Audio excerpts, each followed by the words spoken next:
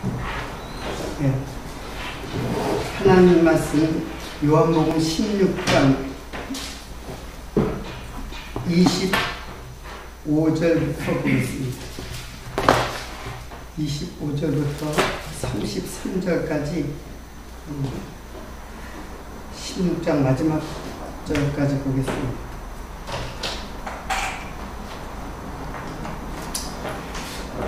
이것을 비사로 너에게 일렀거니와 때가 이르면 다시 비사로 너에게 이르지 않고 아버지에 대한 것을 밝히 이르리라. 그 날에 너희가 내 이름으로 구할 것이요 내가 너희를 위하여 아버지께 구하겠다 하는 말이 아니니 이는 너희가 나를 사랑하고 또 나를 하나님께로 온 줄을 믿는 고로 아버지께서 친히 너희를 사랑하심이니라. 내가 아버지께로 나와서 세상에 왔고 다시 세상을 떠나 아버지께로 가노라 하시니 제자들이 말하되 지금은 밝히 말씀하시고 아무 비사도 하지 아니하시니 우리가 지금에야 주께서 모든 것을 아시고 또 사람의 물음을 기다리지 않는 줄 아나이다. 이로써 하나님께서 나오심을 우리가 믿삼나이다. 예수께서 대답하되 이제는 너희가 믿느냐? 보라, 너희가 다 각각 제 곳으로 흩어지고 나를 혼자 둘 때가 오나니 벌써 왔도다. 그러나 내가 혼자 있는 것이 아니라 아버지께서 나와 함께 계시느니라. 이것을 너에게 이름은 너희로 내게 평안을 누리게 하려 함이라. 세상에서는 너희가 환난을 당하나 담대하라. 내가 세상을 이겼노라 하십니다. 네, 오늘은 요한복음 14장부터 시작된 예수님의 긴 강론의 말씀이 끝마쳐지는 16장 마지막 절까지의 말씀입니다. 25절을 보면은 이것을 비사로 너에게 일렀거니와 일렀다라는 말은 그냥 말씀하시다, 이야기하다 그런 뜻이에요. 이렇게 비사로 너에게 말했는데 때가 이르면 다시 비사로 너에게 이르지 않고 아버지에 대한 것을 밝히 이르리라. 자, 여기 이제 비사 이 말은 뭐냐면은 예수께서 육체로 있을 때는 비사로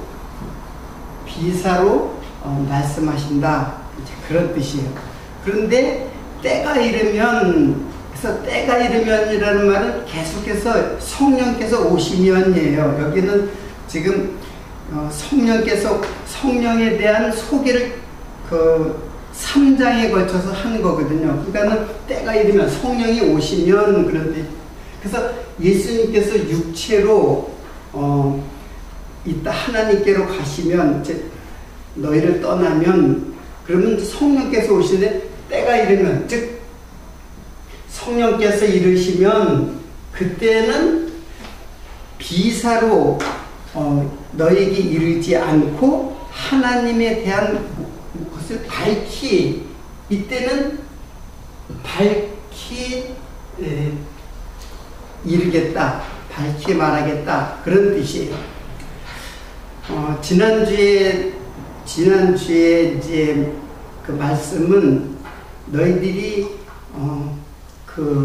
이제 구하는 것은 스스로 구하는 것은 너희들이 정욕적으로 구하는 것이다. 그래서 에로타오라는 말과 아이테오라는 말을 우리들이 살펴봤죠. 이건 기도에 있어서 매우 중요한 것이에요. 에로타오는 자기 정욕을 위해서 기도하는 것이고 결론이에요. 지난주에 말씀을 자세히 봐야 돼요. 이제 기도를 어떻게 해야 되는가. 그리고 아이테오는 하나님께 빚 갚으세요 하는 빚에 대한 청구라 그랬죠. 그 청구는 사실 우리는 하나님께 빚진 자예요. 어떤 빚? 죄의 빚을 진 자인데 오히려 하나님께 빚 갚으세요라고 했던 거는 하나님이 내가 네 죄를 다 탕감해 주겠다, 탕감해 주는 메시아를 보내주겠다고 약속을 했기 때문에 오히려 주님이 빚진 자가 된 거예요. 우리는 채무자가 된 거예요. 채권자가 된 거예요. 그러니까 하나님께 빚 갚으세요 하고 당당하게 말씀하는 거예요. 자, 그것은 언제 그렇게 가능해지냐면 때가 거기에서도 그날에는 그랬죠. 거기에는 그날에는 똑같은 말에 때가 이르면 그날에는, 그러니까 성령이 오시면 이제 정욕적인 그런 기도를 하지 않는다. 그리고 이제는 주님께 당당히 구하는 내 죄를 용서해 주신다는 그 약속 지키세요. 하나님께 이렇게 당당히 구한다는 뜻이에요. 그래서 아이테오 기도가 좀 건방진 것 같지만은 사실은 그런 기도해야 돼요. 우리가 하나님께 당당하게, 하나님이 약속했으니까, 하나님이 이름을 걸고 약속했으니까 그거 갚으세요. 우리 죄를 용서하신다고 하는데 그거 갚으세요 라는 뜻의 말이에요. 그래서 그거는 예수님으로 있을 때와 육체로 있을 때와 성령으로 있을 때, 이전에는 그런 기도했단 말이에요. 다 예수를 분명하게 알지 못하니까는 예수가 바로 너희 죄를 탕감하러 오신 자야, 너희들의 메시아야, 그걸 모르니까는 육체적으로 기도할 수밖에 없죠. 자기 민족을 위해서 기도할 수밖에 없다고요. 현대로 말하면 자기 행복, 자기의 그 자아 실현, 이런 걸 기도한단 말이에요. 자, 똑같은 내용인데 예수님께서 육체로 오실 때는 비사로 얘기했는데 이제 성령이 오시면 이제 비사로 얘기 안 한다. 이제 밝히 얘기한다. 자, 그러면 비사로 얘기한다는 말은 도대체 무슨 뜻이길래, 이 비사라는 말이 무슨 뜻이길래 왜 비사로 얘기하고 성령이 오시면 이제 비사로 얘기하지 않고 밝히 말한다, 그렇게 얘기했을까요? 그래서 비사를 이제 좀 우리가 살펴볼 필요가 있죠. 자, 이 비사라는 말은 파라이미아,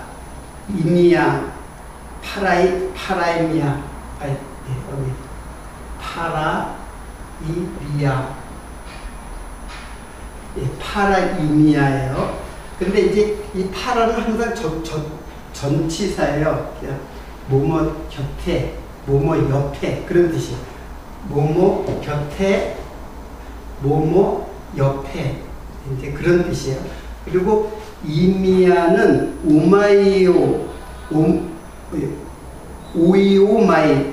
오이오마이에, 그래서 두 개의 말이 합쳐진 거예요. 오이오마이. 자, 쓸게요. 오이오마이라는 뜻은 무슨 뜻이냐면은 생각하다,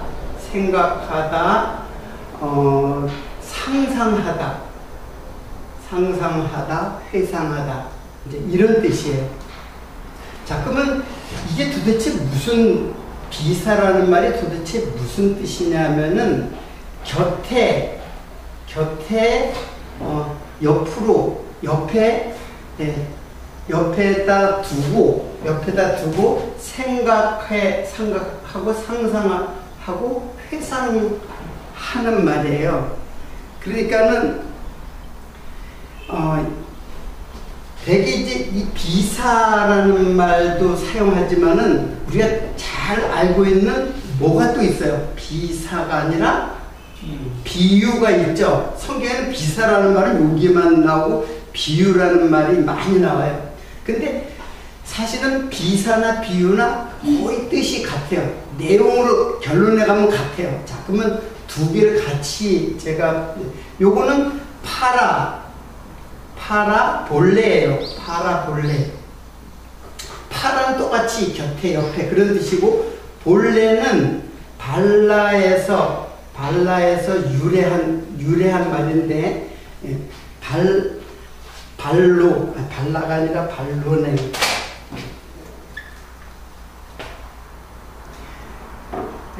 요거는 두다, 그리고 놓다, 던지다, 이런 뜻이에요.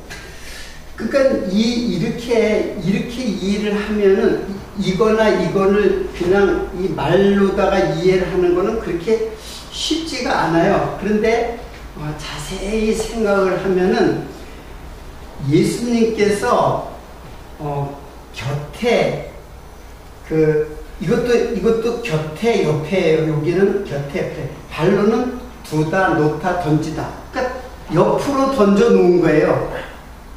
옆으로 던져 놓은 말이에요.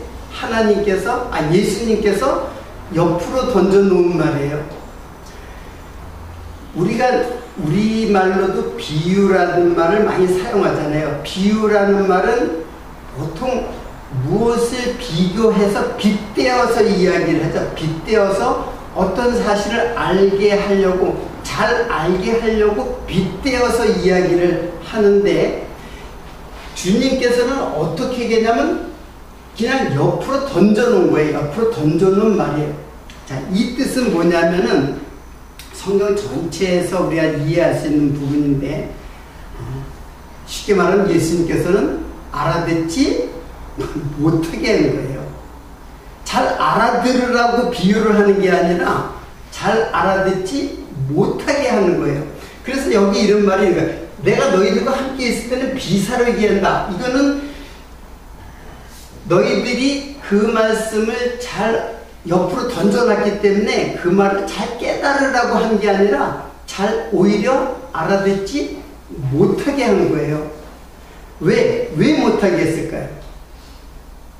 누가 오시면, 성령이 오시면 너희를 진리 가운데로 인도하고 밝히 말하니까는 너희들에게는 내가 비사로 얘기한다, 비유로 얘기한다, 그런 뜻이에요.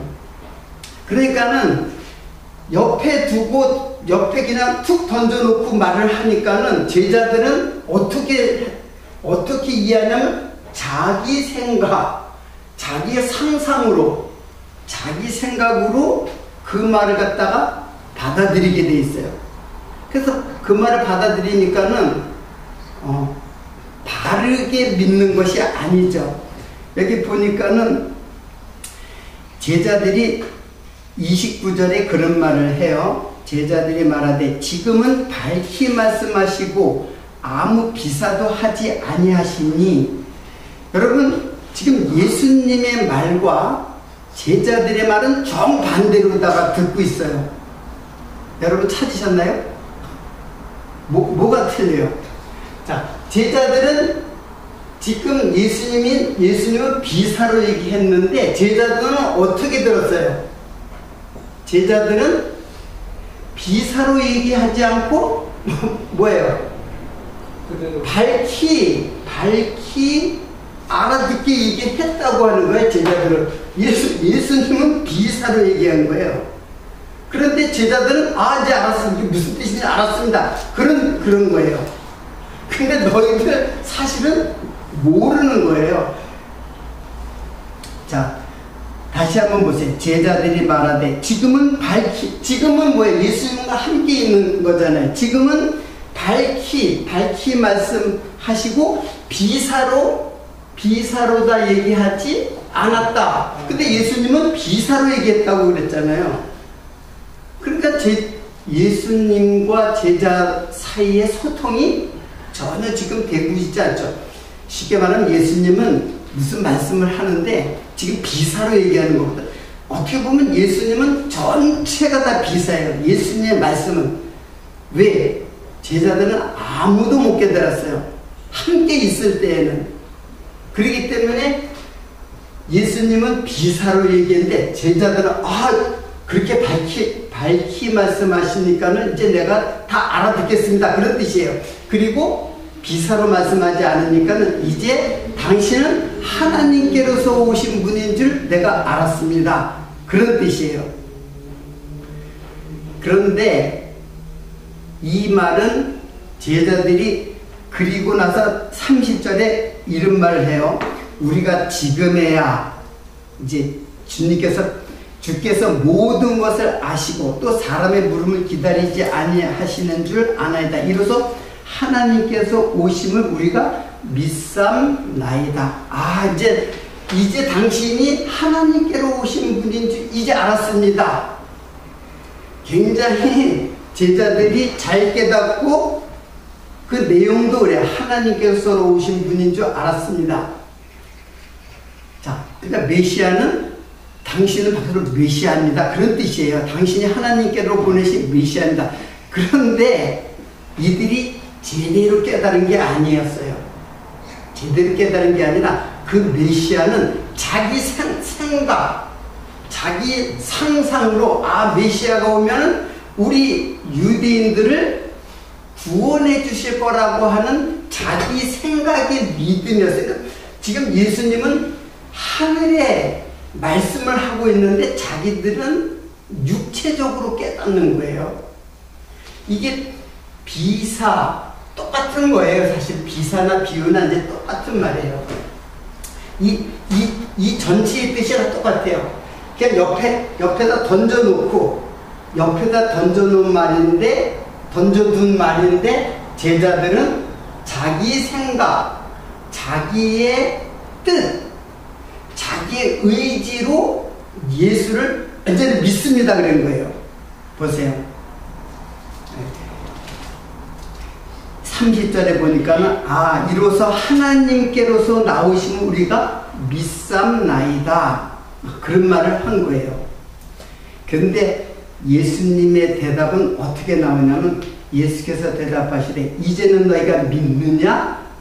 여러분 이 말을 어떻게 들리세요? 이제 너희들이 믿는구나. 이렇게 여러분이 읽을 가능성이 상당히 그럴 가능성이 많아요. 저도 그렇게 봤었어요. 그런데 이 말은 그런 뜻이 아니에요. 이제는 너희가 믿느냐? 라는 말은 너희들이 이제 믿는다고? 그런 뜻이에요. 지금 질문에 대한 부정으로 얘기하는 거예요. 너희들이 진짜 지금 나를 믿는다고? 무슨 뉘앙스인지 여러분들 이제 아시겠나요? 이거는 무슨 뜻이냐면 너희가 나를 믿는다고 하는데 나를 진짜 믿어? 그런 뜻이에요. 진짜 나를 믿고 있어? 지금 너희들이 나를 갖다가 믿는다는 말은 나를 안다는 뜻이에요.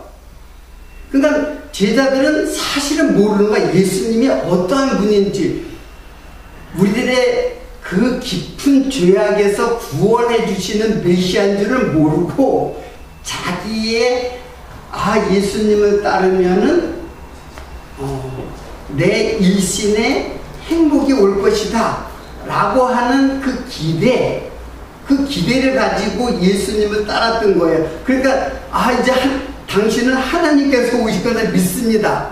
근데 예수님은 그 말에 긍정적인 질문을 한 게 아니라 부정적으로 한 거예요. 너희들이 나를 믿는다. 너희들이 나를 믿는다고 이제 하는데 진짜 나를 믿을 수 있어? 그런 뜻이에요. 그러니까 너희들 나를 믿는다고 하는 말이에요. 자, 이런 뉘앙스가 또 한 번 있었어요. 베드로가 그런 적이 있어요.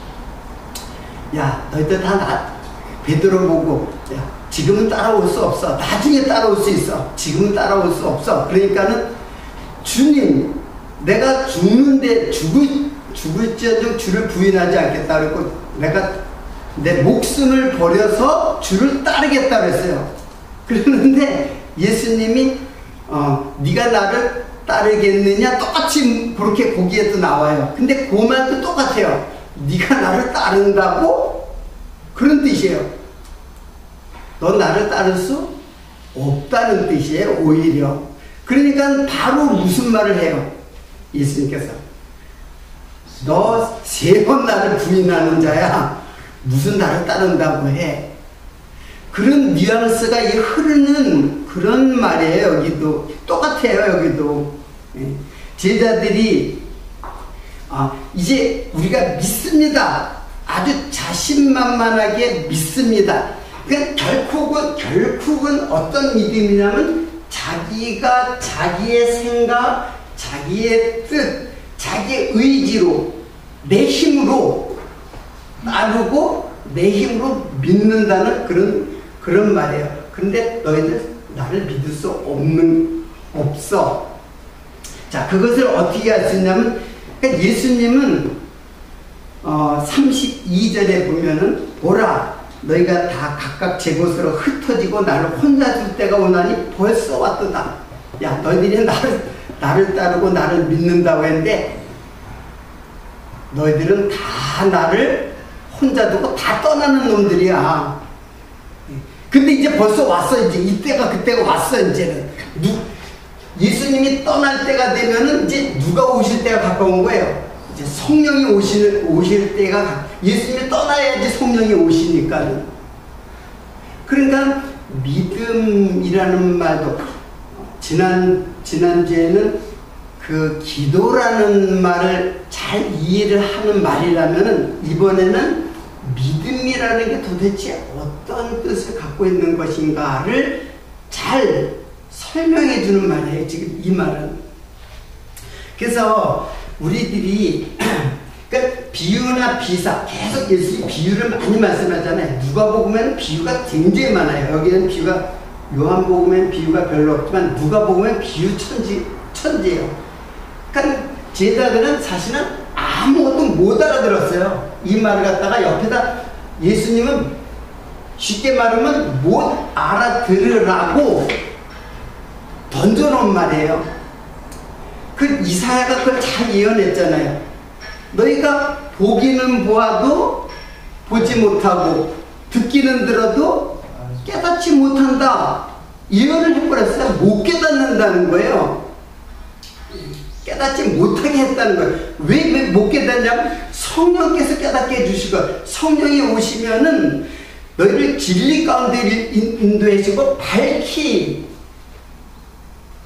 예수가 하나님께로서 오신 분인 것을 알게 한다 라는 것이 성령이 오셔야 된다는 거예요. 그래서 지금 오늘 이제 33절까지 3장에 걸친 예수님의 긴 강화의 말씀은 성령을 보내주신다고 하는 것에 대한 약속을 지금 계속 성령을 소개해 주고 있는 거예요. 그가 오면 너희를 진리 가운데로 인도하신다. 그러니까 우리가 이 믿는다라는 것이라든가 이제 깨닫는다, 이게 사실은 같은 거예요. 믿는다라는 것, 깨닫는다. 이거는 이제 안다는 뜻이거든요. 안다. 그래서 이제 내가 하나님께서 오신 줄을 내가 아나이다. 이제 믿습니다. 똑같은 말이에요. 그래서 안다라는 말이 이게 히브리 말로는 야다예요. 야다고 헬라 말로는 기노스코예요. 그래서 기노스코라는 말이 이제 많이 나오는데 이것은 야다를 번역한 용어예요. 이게 뭐냐면 안다라는 뜻이에요. 안다. 그런데 이 말의 그 본래의 뜻은 뭐냐면은 동침이라는 뜻이에요.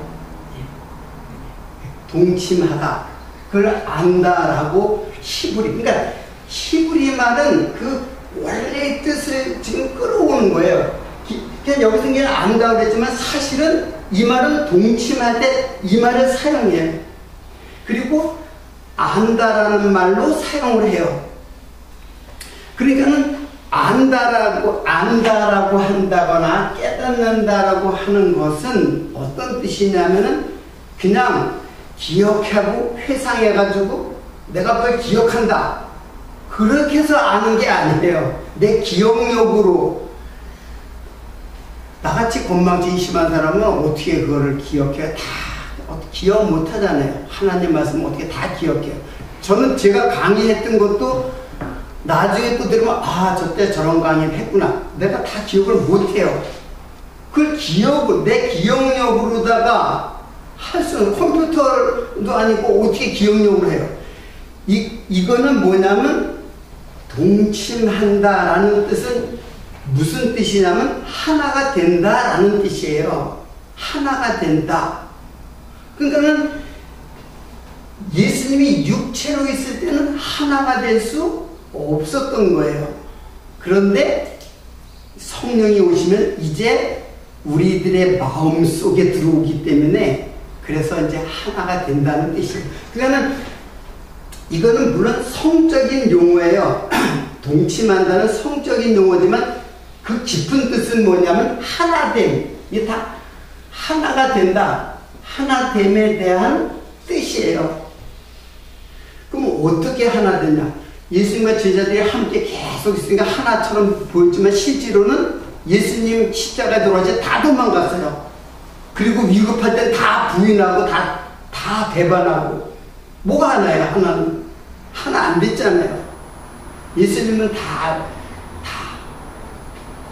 성령이 와야지 너희들이 이제 하나가 된다라는 것을 알려주기 위해서 지금 계속해서 비사로 얘기하는 거예요. 그래서 성경 말씀은 어떻게 보면 다 비사예요. 자, 그러면 누가 가르쳐줘요? 왜 성령이 가르쳐준다 했잖아요. 그럼 여러분 성령이 여러분에게 가르쳐주나요? 어떻게 가르쳐주나요? 성령이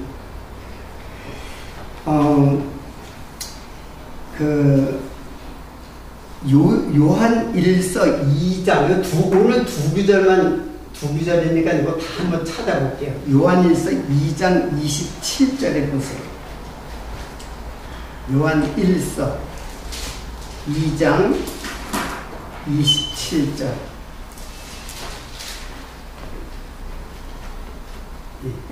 너희는 주께 받은 바 기름 부음이 너희 안에 거하나니 아무도 너희를 가르칠 필요가 없고 오직 그의 기름 부음이 모든 것을 너에게 가르치며 또 참되고 거짓이 없으니 너희는 가르치신 그대로 주 안에 거하라. 다 보셨나요? 자, 여기 기름 부음이라는 말이 있어요. 기름 부음은 바로 메시아예요. 그래서 기름 부음은 성령으로 기름 부은 것을 말해요. 그래서 성령을 상징하는 말이라고 생각하면 돼요. 그러니까 너희는 주께 받은 바 기름 부음, 즉 성령이 이제 요한일서는 이제 예수님 돌아가시고 나서 기록한 말씀이잖아요. 그래서 성령이 너희 안에 거하시니 너희를 아무도 가르칠 필요가 없다. 오직 그의 기름 부음, 성령이 모든 것을 너에게 가르치신다. 그런 거예요. 그러니까 여러분들 누구한테 배우는 것이 아니에요. 누구한테 배우는 게 아니라 성령이 친히 가르쳐 주시고 친히 진리 가운데로 인도해 가세요. 그러니까 성령의 가르침이 곧 진리예요. 그래서 진리의 성령이라고 하는 거예요. 이것을 그러면 배울 필요, 김한재 선생한테 배울 필요 없겠네. 예. 제가 여러분이 가르치는 것도 아니고 저한테서 배우는 것도 아니에요. 다 성령이 가르쳐 주시는 것을 저도 성령께서 배우는 거고, 여러분들도 성령께서 배움을 받는 거예요. 가르침을. 그걸 어떻게 그렇게 이해할 수 있는가?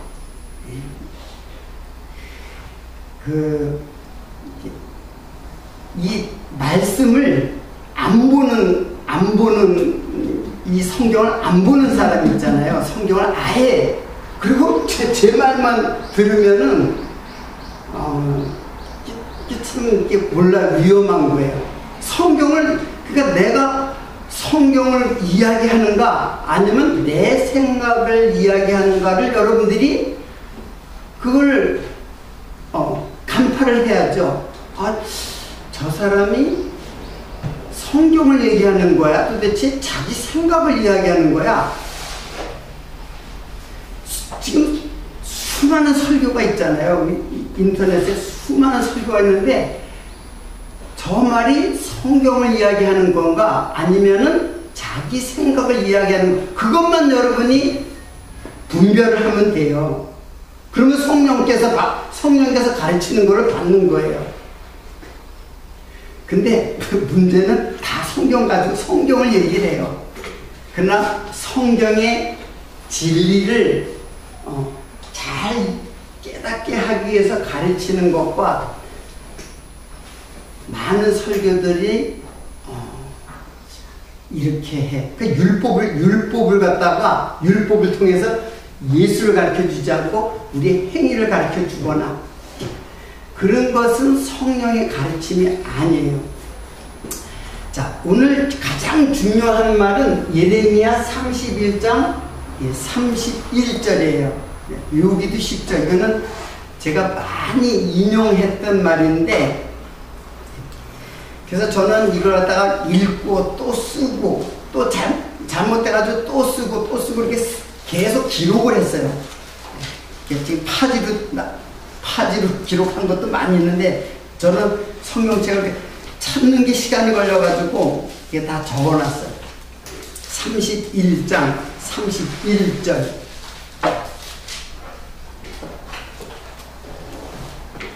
자, 요거를 오늘 설명을 하면은 여러분들이 성령이 무엇인지 여러분 이해할 수가 있습니다. 네, 다 찾으셨나요? 읽겠습니다. 나 여호와가 말하노라. 보라, 날이 이르리니. 이거 똑같아요. 그날에는, 지금 이때는 예레미야 선지자가 그날에는 했지만은 그게 언제냐면 바로 예수님이 돌아가시고 성령이 오시면은 하는 말하고 똑같은 말이에요. 보라, 날이 이르리니 내가 이스라엘 집과 유다 집에 새 언약을 세우리라. 나 여호와가 말하노라. 자, 설명을 하면서 제가 이걸 읽겠습니다. 자, 여호와가 말하는데 날이 이르리니 하는 말은 뭐랬어요? 성령께서 오시면 그러면은 새 유다 집에, 이스라엘 집과 유다 집에 새 언약을 세운다고 했어요. 이 언약은 내가 그들이 열주와 손을 잡고 애굽에서 인도하여 내던 날에 세운 것과 같이 아니할 것은, 이 말은 뭐냐면, 자, 애굽 땅에서 인도하여 내던 날에 세운 언약이죠. 그거 무슨 언약이에요? 그렇죠. 모세의, 애굽에서 나올 때 모세를 통해서 시내산에서 준 언약 있잖아요. 근데 그것은 이 언약은 그 언약과 같지 않다 그랬죠. 그 모세의 언약이죠. 모세의 언약은, 이거는 새 언약이니까 이거는 자연스럽게 무슨 언약이에요? 옛 언약이잖아요. 자, 세운 것과 같이 아니할 것은 내가 그들의 남편이 되었어도 그들이 내 언약을 파하였느니라. 나 여호와가 말하노라. 그러니까는 모세에게, 이스라엘 백성들에게 준 언약은 하나님이 남편이고 이스라엘 백성들은 아내가 되는 거죠. 그런데 너희들이 그 언약을 다 파했다. 이게 쉽게 말하면 뭐예요? 율법이잖아요. 율법 지키지 못했다 너희들 다. 그래서 내가 너희들의 남편인데 너희들은 아내가 되어서 다 간음했다. 이런 뜻이에요. 나 여호와가 말하나. 그러나 그날 후에, 여기 역시 또 날이 이르리니 했는데 그날 후에, 이제 성령이 오시는 날, 그날 이후에는 내가 이스라엘 집에 세울 언약은 이러하니, 이 새 언약이죠. 곧 내가 나의 법을 그들 속에 두며. 자, 지금 그래서 요거 언약을 또 뭐라 했어요? 법이라고 했죠. 그러니까 율법. 이게 율법이 아닌, 이게 나의 법. 역시 율법인데 이거를 나의 법, 언약을 또 법이라고 했어요. 나의 법. 하나님의 법. 하나님의 법이 사실 율법이잖아요. 똑같은데 새 언약이 되는 거예요. 나의 법을 이제는 그들 속에 두며, 이스라엘 백성 속에 두며, 그들 마음에, 이거는 어디에 기록하냐면 마음속에 기록하고 그 법을 그 속에 둔다, 그런 뜻이에요. 나는 그렇게 되면은 나는 그들의 하나님 되고 그들은 내 백성이 될 것이라. 그들이 다시는 각기 이웃과 형제를 가리켜 이르기를 여호와를 알라 하지 않는다 그랬죠. 이제 여호와를 알라, 여호와를 기억하라, 이런 말 안 한다는 얘기예요. 그들이 다시는 각기 형제와 이웃을 가리켜 여호와를 알라 하지 아니하리니 이는 작은 자로부터 큰 자까지 다 나를 알미니라. 자, 아는데 왜 알게 돼요? 마음속에 기록했으니까는, 알라 하지 않는단 말이에요. 기억하라도 하지 않고. 왜? 이미 마음속에 들어와. 언제? 성령이 오실 때. 그러니까 구약의 이스라엘 백성들은 모세 언약으로는 도저히, 그러니까는 자꾸 그걸 기억하기 위해서 옷깃에다도 쓰고 문지방에다도 쓰고 자꾸 율법을 보이는 곳마다 기록하는 거예요. 자꾸 기억하게 하려고. 근데 여러분 기억력이 그렇게 좋나요? 기억력 좋은 사람도 있겠지만 나처럼 기억력 없는 사람은 조금 들으면 또 잊어버리고 조금 잊어버리고. 그러니까 나 같은 사람한테는 어떻게 해야 돼요? 아예 하나님의 법을 내 마음 속에다 집어넣어야 돼요. 그러니까 율법이 돌에 새겨 있을 때는 옛 언약이 되는 거예요. 그런데 마음의 신비라고 했잖아요. 신비. 마음의 비석. 이건 돌비고, 이건 돌비석에 세워진 거고, 이거는 마음에 새겨진 거잖아요. 그 마음에 새겨진 거는 더 이상 알라고 하지 않는단 말이에요. 왜? 성령께서 내 안에 있는데, 성령이 내 안에 있고 내 마음속에 기록되어져 있는데 더 이상 알라고 할 필요가 없다는 거예요. 그래서 이르기를 여호와를 알라 하지 아니하리 이는 작은 자로부터 큰 자까지 다 나를 알미니라. 성령께서 이미 다 우리들에게 알게 해주셨기 때문에 이제 더 이상 알라 하지 않아요. 그래서 구약에는 계속 호세아 선지 보고 여호와를 알아. 왜 여호와를 자꾸 잊어버려? 여호와를 힘써 알자. 계속해서 구약은 그렇게 독려를 했던 거예요. 율법을 주어가지고. 그런데 결론적으로는 뭐예요? 이스라엘 백성들은 다 실패했어요. 왜? 남편인데 너희들이 다 그 언약을 다 파기시켜버렸다. 다 언약을 깨버렸다는 거예요. 한 사람도 언약을 지킬 수 있는 사람이 아무도 없다는 거예요. 유대인들이 파기된 지키지 못할 언약을 쭉 가서 예수님 때까지 와서도 지키려고 했던 거예요.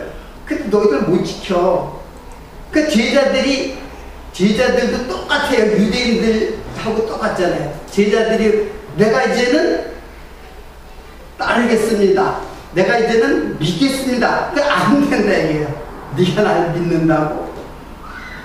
네가 나를 따른다고? 야, 너네들은 나를 배반하고 도망갈 놈들이야. 그리고 마지막에는 뭐라 했어요?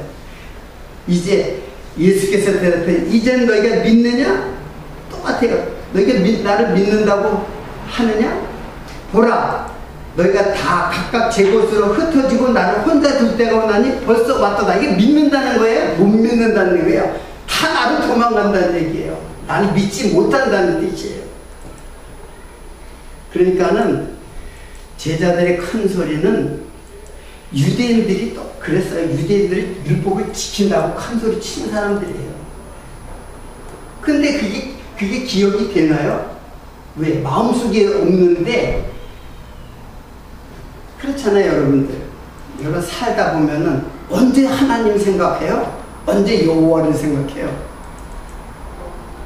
다 세상에 빠져서 땅만 보고 땅의 소망 가지고 살아갔지, 여호와를 1분 1초라도, 이게 여러분을 두고 여기 얘기했다고 다 그렇게 생각해도 좋아요. 1분 1초라도 여호와를 진짜 기억할 수 있느냐, 이게요, 우리들이. 기억력으로 생각한다면.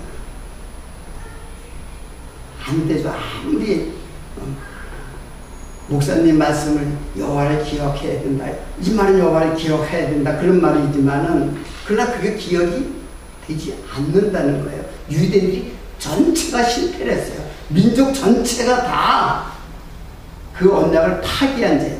제자들도 다 파기했어요.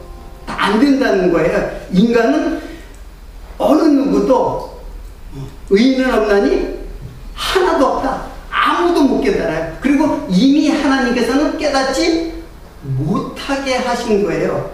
깨달으라고 한 게 아니라. 구약 전체는 다 비사 속에, 비유 속에 다 감춰져 있는 것이고, 예수님도 역시 비유 속에 다 감춰져 있어요. 베일에 감춰져 있듯이. 그것을 누가? 성령께서 그걸 열어놓으시고, 이제는 하나님을 이제 밝히 너희들이 얘기할 수 있다. 그때는 예수가, 이제 최종으로는 예수가 바로 하나님의 아들로, 하나님의 아들이라고 하는 건, 우리는 하나님의 아들 하면 아버지와 아들을 분명히 객체로 놓고 생각해요. 이건 이 땅의 개념이에요. 이 땅에 오시려면은 아들로 올 수밖에 없어요. 여자의 후손으로 올 수밖에 없어요. 그렇기 때문에 하나님의 아들이라고 하는, 하나님의 아들이 아니라 하나님의 아들이라 일컬어진다고 했어요. 아들이라고 일컬어진다. 그러니까 예수님이 계속해서 나는 하나님과 동등이다, 나와 하나님은 하나이다 라는 말을 계속하고 있잖아요. 이 말씀은 바로 예수께서 하나님이 낳았다라고 하는 아들의 개념을 결국에는 요한복음 마지막에서 이게 바로 내가 이 땅에 오시는 방법이다 라고 하는 것을 이제 알려주는 게 하나님의 아들의 방법이에요. 그래서 여러분, 하나님을 믿느냐 아니면 예수를 믿느냐, 성도들 보고, 다른 교회 다니는 사람 보고 그렇게 물으면 갑자기 당황할 거예요. 뻘쭘해져가지고 내가 하나님을 믿는 거야, 예수를 믿는 거야? 그냥 하나님도 믿고 예수님 믿고, 지금 그게 불분명하다니까요. 다들 분명한 대답을 못하고 손을 못 끊고 있는 거예요. 하나님은 유일하신 하나님이에요. 근데 어떻게 예수님도 하나님이 되고 여호와도 하나님이 되세요? 네, 오늘 본문 말씀은 결국 예레미야 선지자도 뭘 보내주신다고 약속을 했어요. 그날에는 이제 너희들이 내 법을, 내 법은 율법이잖아요. 율법을 어디 속에?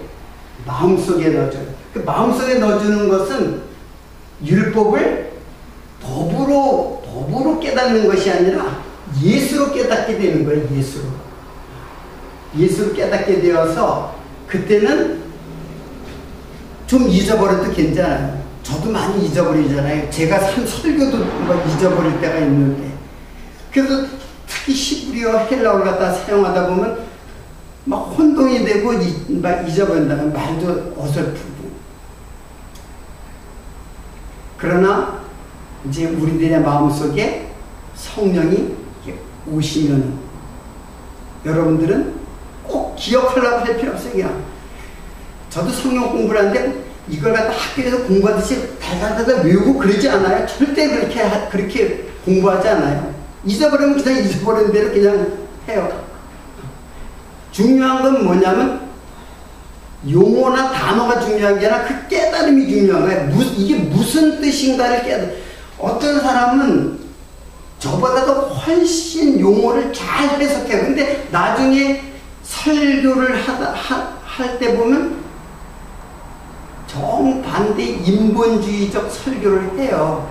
결국에는 다 이런, 제가 그 헬라어나 그런 것들 동원해가지고 했던 것을 더 많은 자료를 가지고 공부를 하고 더 많은 역사적 자료를 공부했는데도 결론적으로는 인본적인 해석을 한단 말이에요.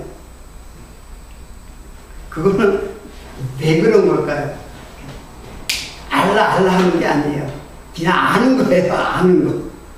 그러니까 여러분들이 이 말은 조금 더 공부를 진행하다 보면 이제 그런 뜻이로구나 하는 것을 여러분의 마음속에 깨달음을 주실 거라는 생각이 들고